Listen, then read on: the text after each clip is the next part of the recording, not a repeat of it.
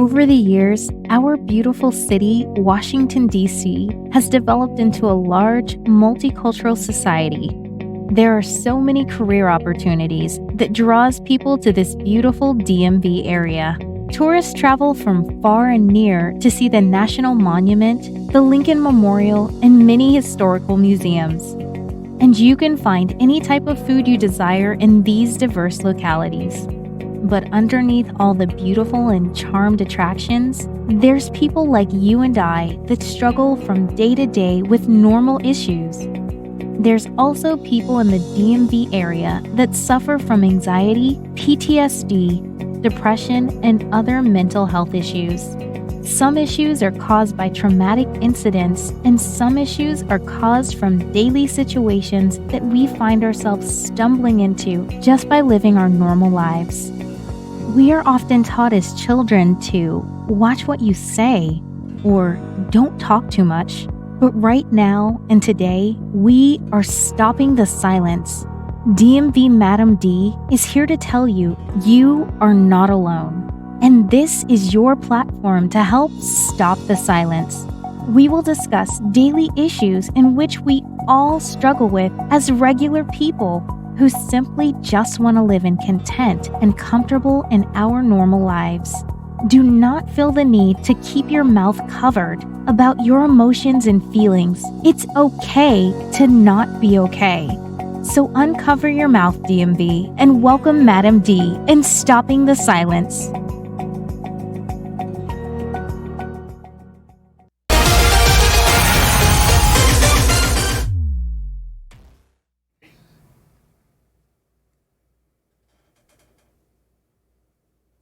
Hello everyone, happy Sunday. Welcome back to Stopping the Silence. On episode 11, I survived with Miss Erica Campbell. Author and model, Miss Erica Campbell. Welcome, yes, welcome. Thank you for having me. Oh, you're welcome, you're welcome. Thank you for being here. Yes, thank you. I appreciate it. Oh, you're welcome. Tell us about yourself. So yes, as she stated, my name is Erica Campbell. I am a cancer survivor, stage 4, Hodgkin lymphoma.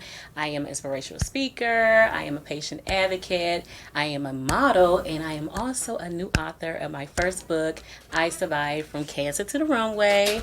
And yes, that's who I am. Yeah. And this is my copy, so I'm so excited to read it. Yes, please do. You would definitely love it. Yeah, what's your Facebook and IG handle? So Erica_survived is my IG page, and Erica Campbell Desire to Survive is my Facebook, and Twitter is Erica Survived altogether. Yes, so please follow her. Yes. All right. So when were you diagnosed with cancer, and what type of cancer was it? Yes, so I was diagnosed with stage 4 Hodgkin lymphoma on March 28, 2013. Okay, Yeah. okay. And it's a type of blood cancer. It is? Yeah. What type of, what you mean? Like, what kind of? So it's different blood cancers. You have leukemia, you have Hodgkin lymphoma, you have myeloma, you have non-Hodgkin lymphoma. So it runs in the family of those different blood cancers. So I think the number probably has changed since like maybe 3-4 years ago, but it's a lot of different blood cancers subtypes. So you can go to the Leukemia and Lymphoma Society's website, or the Lymphoma Research Foundation website, or the American Cancer Society's website to get more of the up-to-date information on that. So how old were you when you found out that you had it? 27. 27. Tender age of 27. Yeah. Wow. Yeah. Where were you in your life at that point? What was working, okay. enjoying life. Yeah. I just recently moved out on my own from my parents' home, maybe 25, 24, 25. So I just bought my home, my actual house, should I say, maybe a year before. So I was enjoying my home and trying to build and, just enjoying life. Yeah. And then I ended up having this ongoing cough that was just like irritating. You know what I mean? I thought it was just a cold. It was in November 2012. I thought it was just like a cold. It's cold outside. It's normal. But it just was persistent. So after maybe a couple of weeks of taking over-the-counter meds and, it was lingering. So I said, okay, let me make a doctor's appointment with my primary doctor. So I made the appointment. I went to see my physician. He said it just sounded like a dry cough, just a normal cold. He gave me antibiotics. He gave me some cough medicine. Went home, took the meds for 7 days. The cough was still there. I said, something is wrong. So when I went back to him, he said, you know what, get a CAT scan. Went to get a CAT scan. Excuse me. He called me maybe 30 minutes later, said it looked like partial pneumonia. Go back and get another CAT scan with a contrast, which, you know, they put the dye into your system to get a better look. Yeah, so I went back. I did that. And then, like he did before, he called me. He said, we need to talk in person. So I'm like, okay, what's going on? So when I went a couple of days later, sat with him, he said it looks like lymphoma or sarcoidosis. I'm like, I've heard of sarcoidosis because of Bernie Mac. You know, okay, he that's had right. it. But I never heard of lymphoma. So, of course, I did the research, and I'm like, okay. Okay, where do we go from here? So he said, with my CAT scan information, we will make an appointment. He said, make an appointment with a specialist to see if the specialist want to go forward to do a surgical biopsy to see what it was. Oh, okay. Yeah, so. So take us in that moment. How did you feel when you first found out? March 28th. Woo! I remember that day like it was yesterday. Like, it was scary. It was a scary situation. Like, the day of the that was my second surgery. So the first surgery was in December 2012, which was not successful. Okay. And then the second biopsy surgery, which was on March 28th, the day I was diagnosed, they actually cut an incision across my neck. Of course, I was under with anesthesia. So they went in, they did the surgery. But the day of, I felt like I was dying. Like the ride to the hospital with my sister, with my mom, my parents. I felt like I was dying. Like I couldn't do nothing but just lay my head against the window in the car. And I was just like, okay. In that moment, after months of the cancer, now I know that it was cancer. It was like growing. It was, progressing. And I just felt like I was dying. I couldn't walk. I could barely walk. Come to find out when they got me prepped for the surgery, my red blood cells were very low. So they had to do a transfusion in that moment before they actually took me into the room to do the surgery. So they started a transfusion. So, okay, that's why I couldn't walk. So they took me in. They did the surgery. They said that I had to stay for a few more days in the hospital to get some more blood transfusions, because my blood cells was very low. So when they took me into recovery for about 45 minutes, I think, and then they took me up to the 5th floor. I remember that floor like it was yesterday, because that's the floor I stayed on many times. But they took me up. My family was in the room, awaiting for me. And I'm like, okay, what's wrong? What do I have? I'm waiting for someone to come. I got a gauze across my neck. I'm laying there. And then the surgeon, so you had no clue right here? No, I didn't have no clue. Okay. So I was still like, even before they took, right. So before I even went up, I'm asking the nurse who was in the recovery room, like, what do I have? She said, well, the surgeon will come to talk to you once you're admitted into your room. So, okay. So I'm laying there. He comes in, and he said, I had cancer. I had Hodgkin lymphoma. I didn't know what stage it was in that moment. But it was like, okay. I had to comprehend what he said, because it was like, like someone took a ton of bricks and just hit me with it. So I was devastated. I was angry. I mean, I'm going to be real with you. I'm not going to sugarcoat it. I was angry with God. I was frustrated. I was sad. I was disappointed. I was like, why me? I'm sure so many, individuals that's diagnosed with cancer, they're like, why me? You know what I mean? So 8 years later, I'm like, okay, I get it now. Why me? I get it. I get it now. So it was a roller coaster ride, and still to this day I have moments, where people think, okay, it's over now, it's 8 years later, you're supposed to be good. No, I still have moments, because it's forever for me. It's something that that leads to depression, that leads to the anxiety, and I still deal with that sometimes, and I talk about that in my book, and I try to find ways to cope with it, and to be able to continue to be like, okay, I got to take care of my mental health. Yes. Everything else that's going on around me, sometimes you got to be like, okay. Yes. Let me meditate. Let me woosah. Let me take care of Erica. You know what I mean? So, but it was scary. But it took me a little while, but I got to the point where I'm like, okay, why not me? You know what I mean? Let me fight. But for a moment, I was like, why did you choose me for this task? To be strong, to be resilient, to be a fighter. Like, why me? So, but I got to a point even before I think I got halfway done with chemotherapy treatments where I'm like, okay, I got this. I'm gonna see what this is all about. Yeah. You know, Yeah. so.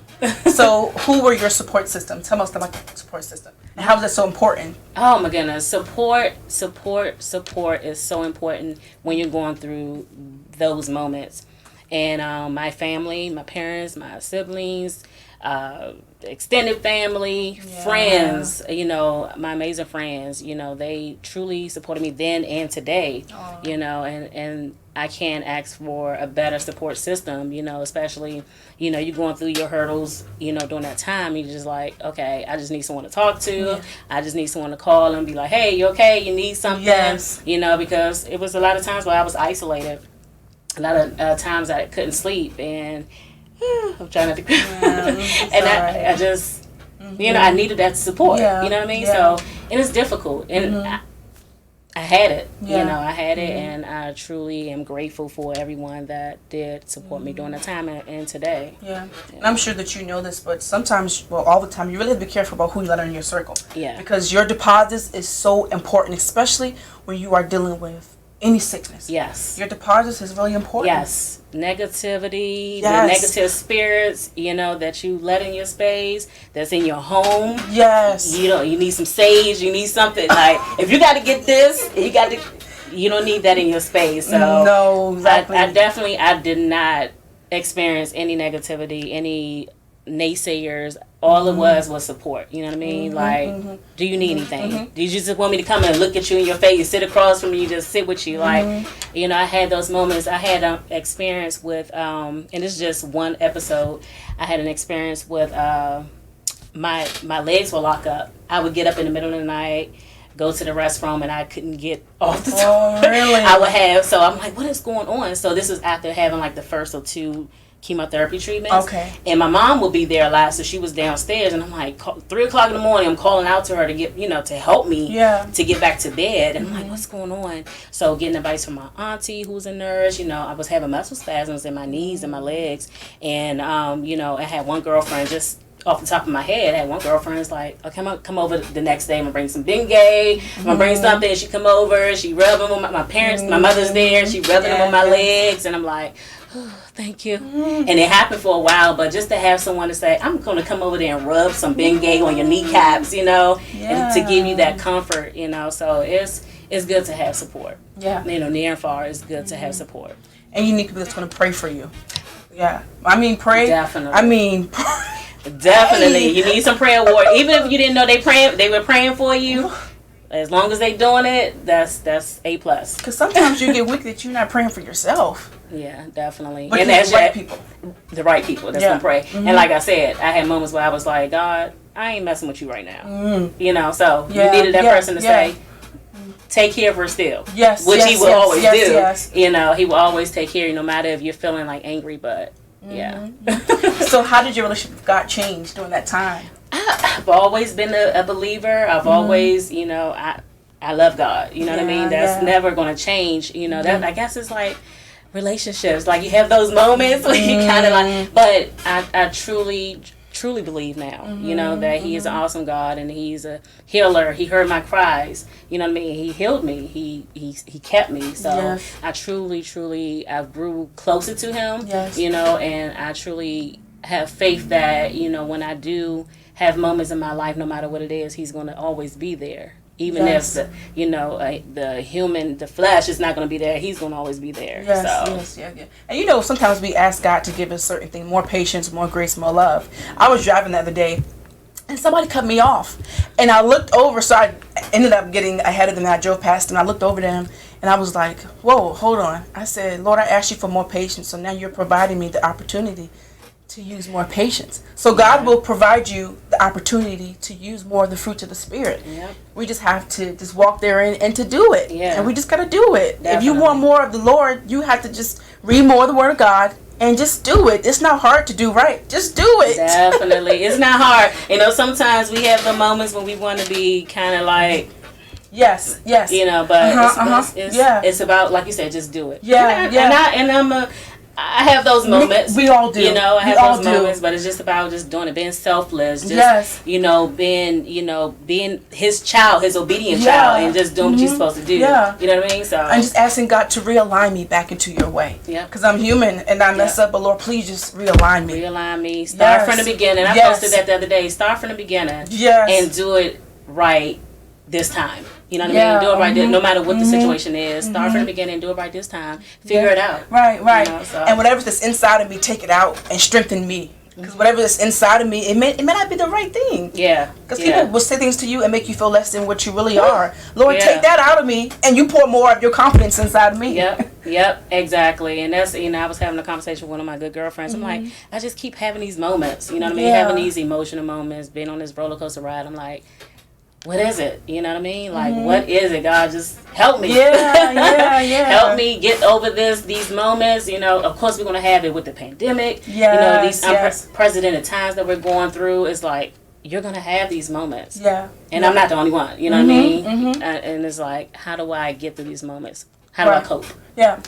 But God wants us to utilize what He's given us, which is the Holy Spirit and the Word of God, to help us, to usher us through those tough times. Yeah. So what were your daily challenges during that journey? Daily challenges. Just being sick on the stomach, a lot. And I would never, excuse what I'm about to say, I never vomit. Like, I never vomited or whatever, but I would just be sick. I would go through round of chemo. It was bi-weekly, every other Friday. So I go through my round of chemo and I'm just sick. And I'm like, okay, I got 2 more weeks before the next round, but it would never let up. So I'm like, trying to figure out different ways, natural ways, teas, green teas, something to cope with my stomach. I was having some emotional, I would never really, at that time. Now I'm a little more sensitive where I may cry around people. But at that time I wouldn't really say much. I wouldn't cry. Around others, it would just be in my personal space. Like, I'm like praying, I'm crying, like, God, like, help me. Like, I don't want to go through this. I was at a point where I wanted to give up. I had 12 rounds of chemo over 6 months. I was probably on my 6th or 7th round, and I was meeting with my oncologist. And I told her, I was like, I'm over this. I'm like, I don't even want to continue with this. I'm tired of being sick. I'm sick. I got a card that said, I know you sick and tired of being sick and tired. Because I was sick and I was tired all the time, fatigue. So I was just having those ups and downs, emotional ups and downs. I had good days. I had not so many good days, but, I got through it all. You know what I mean? I stayed faithful. I trusted God. I trusted my oncologist, even though it's like people are like, don't put your trust into doctors. No, till this day, my oncologist is my ace. Like, I can text her, I can call her. Like, she is my biggest cheerleader to this day, and she's the director of the cancer center. Meaning, like, she juggles, her job. You know what I mean? But she always made me feel like I was her only patient. Until this day. So I put my trust in her. You know what I mean? And I'm glad I did. And I guess me praying to God, hey, make sure she take care of me. That's exactly what she did. Yes. If you all have any questions for Mrs. Erica Campbell, please call into the station. 301-429-9247. Please call. The numbers on the screen. If you have any questions, honorable questions, please call into the station, and we will hear you through the line. All right, so during that fight, did you ever feel like giving up at all? Yes, and it taking you back, I wanted to give up. I was midway through, and I guess, again, I was just tired of being sick. Yeah. You know what I mean? And I'm like, I couldn't get it out of my system, so I had to make sure, I had to find ways, like, I said, one of my aunts who was very close to me, she brought me things over, whether it be like teas or just, natural, organic stuff that kind of helped me cope and kind of flush my system out. Drinking a whole lot of water. That's very important, when you're getting all those medications and those chemicals, chemo treatments that's been put into your body, flushing it out with a whole lot of water. Like, tons of water helps, flush out those toxins out of your body. So I had to it was new for me. It was not just new for me, it was new for my family, everything. So it's like doing the research, and I was single. No kids, although I had my mom, again, it was new for everybody. So I had to do my own research, at the time. And also the help of my social worker at the cancer center, put me in contact with who I'm an ambassador with now, the Leukemia and Lymphoma Society, the Lymphoma Research Foundation. Like, they were so supportive till this day, very supportive of my journey. And I just had to do the research. And that's why I tie in, with the pandemic and what we're going through is for me, it was the same. In the beginning, it's like, okay, I'm isolated. A lot of people feeling isolated, not being able to see their families, and financial worry. I mean, I was out of work for 4 or 5 months, so it's like I had to call my mortgage company. Hey, what can y'all do for me? I'm not trying to lose my home. Make sure Pepco kept my lights on. Food was on the table. What am I going to do? Because now I'm on short-term disability.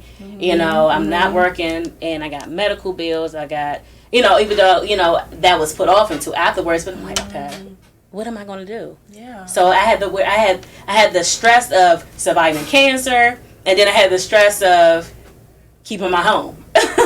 Right. Keeping my lights on. So, yeah. Yeah. So how did you trust in God at that moment when you were trying to struggle or deal with all your financial responsibilities? How did your trust in God mature? It matured 1,000%. Yeah. Because I mean, he kept me sane. He made sure those different resources were there. Yes. From my social worker giving me contacts, and when I contacted these people, they said, okay, we'll send you $100. Okay, we'll send you $50, or we'll help you with this. Okay, we'll help you with your light bill or your water bill. So I had the assistance. But that took prayer, and that took trusting that it was all going to work out. Yeah. When you're in that moment, you're like, okay, you're worried. Yeah. Then when you think about it, after everything is over, it's like, okay, I worried for nothing. But you don't know. Yeah. You don't know. I had a colleague tell me the other day, he's like, I'm just worried about something he's going through. I'm worried. And I told him, I said, you're worrying now because you're in the moment. But once it's over, you're like, why was I worrying? But that's, we're human. Right. Yeah. And again, it goes back, like you said, you got to trust in God. Yes. Trust that He will help you with the moment that you're in, the process. Right. So on your last day of treatment, sit us in the chair with you. How did you feel? What was your emotions like? I was happy. I was so happy. The last day, September 27th, 2013. It was a Friday, 7 years ago. I was so ecstatic. I was happy. My parents were there. I was like telling the nurse, in the cancer center, like, hey, let's get this over with. I was ecstatic, like, and it was a great day. And that day, girl, when we were leaving out the cancer center, we was walking to my car. Of course, I'm not driving, so I walk around to the passenger side of my vehicle. And I have a habit with looking down when I walk or when so I get in the car and I look down, girl, a wad of money. No. You wouldn't ever thought that I had treatment like 20 minutes ago. Girl, I jumped out that car. My mom was in the back seat. I jumped out that car and it was like, what are you doing? I pick up the money. It was, when I say, it was like $700. Wow. And I was like, you know what? Gotta do good. Yeah. So I was like, Mom, walk me back in here. Let's go to the receptionist desk. Let's see, someone said they lost their money if it was turned in. Mm-hmm. The lady said no. I said, okay, here's my number. Yes. I said, contact me. If someone, say they lost their money, contact me. If not, I took it as a blessing. Yeah. So, girl, I was just like, but no one ever called. It was a blessing. I just took it as a blessing. Oh, wow. Girl, I was like, oh my gosh. So it was a great day. Yeah. It was a great day. Yes. Yeah. And if you would like to have asked Miss Erica Campbell any questions, please call the number on your screen. All right. So how can you encourage anyone that's going through cancer right now, how to continue to fight? Never give up. Continue to push. Have faith. Be hopeful. Know that you too can overcome whatever you're going through with cancer, with this pandemic, anything that you're going through. Know that you too can overcome it with just having faith and praying. Just prayer is everything, and I know it's hard. It's easier said than done when you're in the moment. I was on the opposite side, like, I'm a volunteer with the Leukemia and Lymphoma Society's First Connection program. Yes. And I remember being in my bed, being connected with a survivor, and just on the phone, like, how did you do it? what did you do? You know, this is the beginning for me. What do I do? Now I'm listening to other newly diagnosed patients Right. and their family stories and their what ifs and their whys, and it's like, you can do it. Yes. You know, just be strong. Don't give up. Keep pushing. That's right. Yeah. That's right. If we do not have any callers, I will ask Miss Erica Campbell our very last question. All right. So, during that season, during the healing journey, did you have any doubt in God? The doubt that you was going to move forward? Oh yeah, I did. did? I had some doubt. I was like, oh, and my doubt came in. Number one, just the cancer. Period. You know, that's when my doubt came in. But when I finally, maybe weeks later, I never thought to ask until my aunt was like, "What stage are you?" I said, "You know what? I never thought to ask." And I asked my doctor what stage I was, and she said I was stage 4, and I was like, "What?" You know, she was like, "Erica, don't worry. With research, Hodgkin lymphoma is highly curable. You're going to be okay." But of course, I'm still like, okay, whatever. When you hit stage 4, you're thinking you're going to die. You're thinking death. And that's what I thought, you know. And so I was a stage 4 because they did a bone marrow biopsy where they, you know, went into your bone marrow to my hip, and they took some of the bone marrow out, and it had spread into my bone marrow. So once it spread into a main organ, it spreads and it makes it stage 4. Yeah. So I was at stage 4, and I was like, okay, what are we going to do? Yeah. You know, God, what you going to do? You know what I mean? Are you going to keep me? You know, are you going to heal me? You know, and he did. Right. You know, and now I'm able to share my amazing life-changing story, give hope to others, and shine a light in my cancer communities through my movement, Erica Survive, Desire to Survive, and just being able to be a voice and be a face to others that are like, okay, do I got this? Do I got this? She survived and she overcame her doubt. Yes. And when I say my movement, ericasurvive.com, check out my webpage, check out my journey. Any questions, any concerns, you can send me a note, and I'm here. Yeah. I'm here. Because you do not have to struggle alone. You don't. You're not alone. That's right. You are not alone. That's right. Yeah. Thank you so much for coming on our show today. you. You have blessed us. Yes, thank you for having me. You're welcome. You're welcome. Yes. Please check her webpage, right? Yes, webpage out, website. please. Yeah. And her Instagram and her Facebook, and be blessed. Yes, thank you. Yeah. Thank you guys for watching episode 11, I Survived with Miss Erica Campbell. Come back on next Sunday. Again, you are not alone. Stopping the silence. May God bless you and have a good one. Bye.